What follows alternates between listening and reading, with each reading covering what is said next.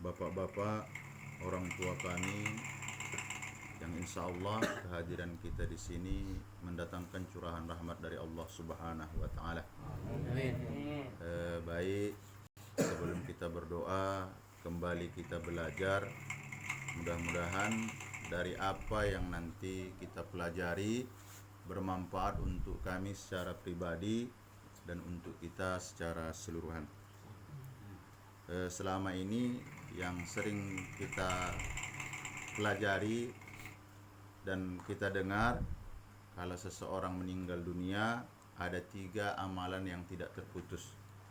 Untuk kesempatan kali ini akan kita tambah, inna mimma yalhaqul mu'min min amalihi wa hasanatihi ba'da mautihi.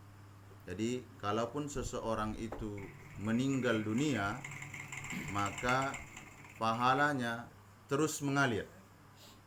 Ada berapa? Ada 7. Ada 7. Yang pertama, ilman allamahu wa nasarahu. Ilmu yang diamalkan dan diajarkan dan disebarkan. Ini bermanfaat, ini bermanfaat untuk orang yang sudah meninggal. Kalaupun dia meninggal dunia tapi dia punya ilmu itu diamalkan dan ilmu itu diajarkan, disebarluaskan, itu terus dia mengalir itu. Cara menyikapinya, jangan kita merasa wah ini wilayahnya ustadz nih, ini wilayahnya kiai, wilayahnya syekh. Enggak, kita semua bisa mengambil peranan ini. Bagaimana caranya? Ambil saja satu amalan yang bisa kita ajarkan untuk anak kita. Contoh sangat sederhana. Kalau misalnya kita bisa bacakan Iqra, ajari sama dia. Alif, Ba, Ta, Sa. Itu nanti setelah ia baca, ia ajarkan pula kepada cucu kita, ia ajarkan kepada kawan-kawannya, maka meninggal kita itu terus mengalir. Bukan hanya ilmu agama. Kalau di dalam satu hadis, aw ilmun yuntafa'u bihi. Asal ilmu itu bermanfaat, kita mulai bismillah, kita tutup dengan alhamdulillah, ilmu itu bermanfaat, itu pun mengalir sama kita. Tapi dalam tanda petik ya, aw ilmun yuntafa'u bihi. Begitu juga sebaliknya. Kalau ilmu itu tak bermanfaat, itu kiriman dosa pun sampai sama kita. Contoh, ilmu pelet. Jadi kalau mau mengajarkan orang ini pun pilih-pilih dulu ilmunya. Jangan asal hantam saja. Tapi yang jelas ini bukan wilayah ustadz saja. Siapapun yang mau mengambil ini silahkan. Minimal kita menjadi guru untuk anak-anak kita. Yang kedua, waladan solihan taroka. Anak yang solih yang kita tinggalkan. Ini yang agak berat kita sekarang. Di masa-masa kita ini, pertarungan kita ini yang agak berat. Kenapa seperti itu? Untuk menciptakan, untuk menggapai anak yang solih ini, harus seluruhnya mendukung. Keluarga mendukung, rumah sekolah mendukung, apalagi yang mendukung, pemerintah harus mendukung. Saat ini kita ditakutkan betul dengan COVID ya, 19. Ada yang lebih kita takutkan, lebih ganas dari itu. Apa itu? Narkoba. Kalau COVID dihantamnya mati sudah tak berpengaruh. Tapi kalau narkoba, satu anak kena narkoba, itu cemas kita itu. Yang cemas siapa? Ayah emaknya. Yang cemas siapa? Tetangganya. Kalau dia tidak dapat barang itu, itu bukan hanya yang dirusaknya dirinya, tapi orang-orang yang di sekelilingnya. Nah, ini tidak bisa nih. Siapa yang harus berperan di sini? Seluruhnya.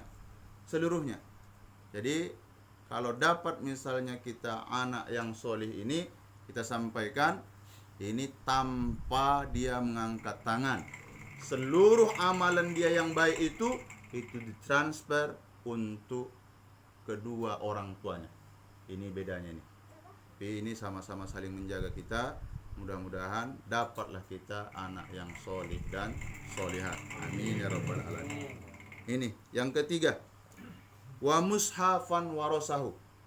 Nih bang, kalau ada rezeki beli Al-Quran. Saran saya jangan lagi cetak Yasin. Kadang kita cetak Yasin, foto almarhum ayah emak kita itu tahun 70 pula. Ini di mana-mana ini. Sebaiknya apa Pak Ustadz ini? Au mushafan warasahu. Mushaf di sini Al-Quran, lembaran-lembaran Al-Quran. Al-Quran. Kalau bisa yang ada terjemahnya, ada pula tafsirnya. Bagaimana caranya? Inilah momen yang tepat. Mau Ramadan. Ada 16 musola. Kirim saja. Tak dapat seluruhnya, satu musola jadilah. Ketika itu dibaca, maka teruslah mengalir itu ke orang yang sudah meninggal. Kalau misalnya kita belum ini, tapi di kota-kota orang sudah tidak Al-Quran sudah banyak di mana-mana. Apa yang diambil orang? Asalkan ilmu itu ilmu bermanfaat. Beli kitab fikih, taruhkan di musola. Dibaca anak-anak ngaji kita di sana, itu mengalir itu terus. Mengalir.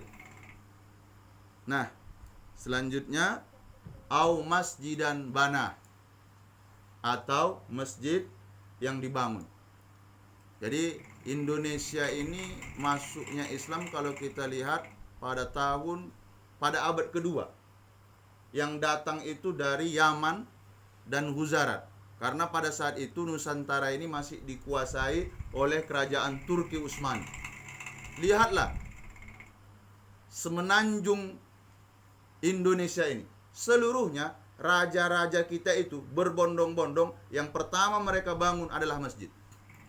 Di Medan ada Istana Maimun, sampingnya itu masjid.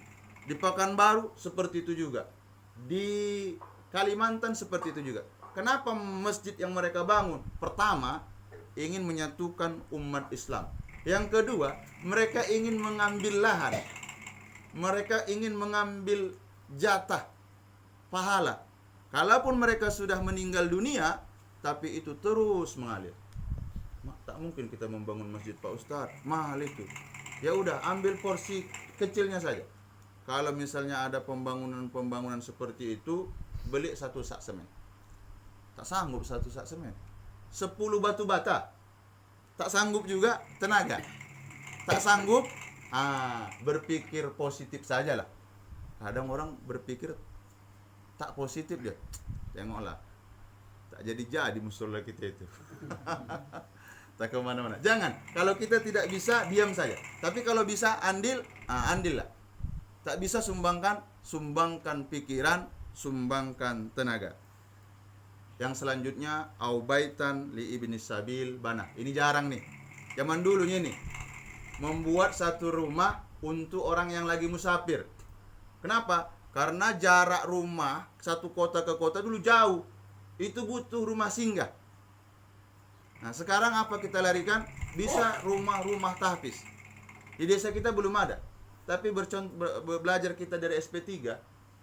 Di sini ada nih. Satu orang membuat rumah tahfiz. Dibiayai dia di situ. Selama rumah itu dipakai dan selama ada pengajian khusus untuk anak penghafal Al-Quran, maka selama itu pula mengalir untuk kedua orang tuanya. Jadi kalau di kota-kota orang berlomba-lomba membuat asrama untuk mahasiswa dan mahasiswi bagi yang kurang-kurang mampu. Nah, seperti itu. Selanjutnya, au naharon ajrohu, sumur yang dialirkan air.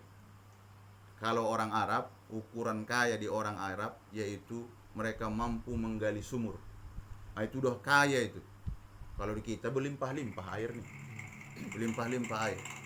Tapi kalau misalnya di daerah yang sulit air, bikinlah irigasi. Tapi yang melakukan ini kalau untuk Indonesia, tepatnya di Gunung Kidul sana, di Yogyakarta, rupanya bukan para kiai yang melakukan. Romo, pendeta. Dapat penghargaan lagi dia. Doktor honor causa. Bisa saja ia mengambil spirit dari hadis ini. Itu apa yang bisa kita lakukan Pak Ustadz? Ada saya jumpa satu donatur, dijumpainya saya, Pak Ustadz, sebut sajalah Pak Ustadz. Kalau misalnya besok ada pembangunan musola atau masjid, berapa titik pun digali sumur bor di sana, saya lah Pak Ustadz yang menjadi donaturnya. Nah, ini pun bisa kita ambil ini wilayah ini. Kalau misalnya ada pembangunan musola, bapaklah orang yang pertama. Untuk sumur bor, biar saya yang nanggung. Selama itu mengalir airnya dan digunakan orang untuk berudu, untuk majelis taklim, itu semuanya akan kembali kepada dia. Seperti itu. Terakhir yaitu au shadaqatun akhrajaha mim malihi fi sihhatihi wa hayatihi yalhaquhu mimba di mautihi. Ini agak berat. Memberikan sedekah ketika sehat. Bersedekah dia waktu sehat itu sulit. Bila dibandingkan orang bersedekah setelah dia sakit. Kalau sudah lagi sakit, itu semangat untuk beribadah 100%. Kalau seandainya ada orang meminta, itu pasti dikasih. Kenapa? Karena keinginan untuk beribadah itu kuat. Tapi kalau sudah sehat, mulai berkurang tuh. Makanya di sini katakan saya ada menjumpai seorang bupati. Waktu dia masa memimpin, tak banyak kontribusinya udah untuk Islam. Tapi setelah tak ada lagi tuh kuasa itu sama dia, baru mau dia, nggak ada guna lagi. Kapan kita gunakan aset yang ada sama kita? Kalau kita punya kekuasaan, gunakan kekuasaan itu saat kita menjabat. Kalau seandainya kita dititipkan Allah harta, gunakan harta itu saat kita masih sehat-sehatnya. Tapi kalau sudah sakit, wajar lah. Kenapa? Karena kita keinginan untuk beribadah itu kuat. Itu pun cobalah kita tes. Misalnya ada orang sakit, lihatlah, Pak, besok kita sholat ya Pak ya. Oh iya, ayo doakan lagi. Pas sehat, Pak, ayo sholat Pak. Agak sakit pula lagi yang ini. Banyak itu. Seperti itu. Lupa dia dulu dia sakit. Jadi 7 amalan ini bisa kita ambil. Intinya apa? Intinya bertambah pula pengetahuan kita dari yang sebelumnya. Mana tahu ini bulan Ramadan, ambil satu saja jadilah. Ambil satu saja jadilah. Al-Quran yang ada terjemahnya, ada tafsirnya, cek di musola. Ada juga musola yang belum ada terjemah Al-Qur'annya. Mudah-mudahan tausiah ini bermanfaat untuk kami secara pribadi. Intinya tidak ada maksud mengajari, apalagi menggurui, sekedar mengulang-ulang kaji. Mudah-mudahan bermanfaat untuk kita semua. Mari kita beristighfar kepada Allah Subhanahu wa taala dan berdoa. Astaghfirullahalazim. Astaghfirullah.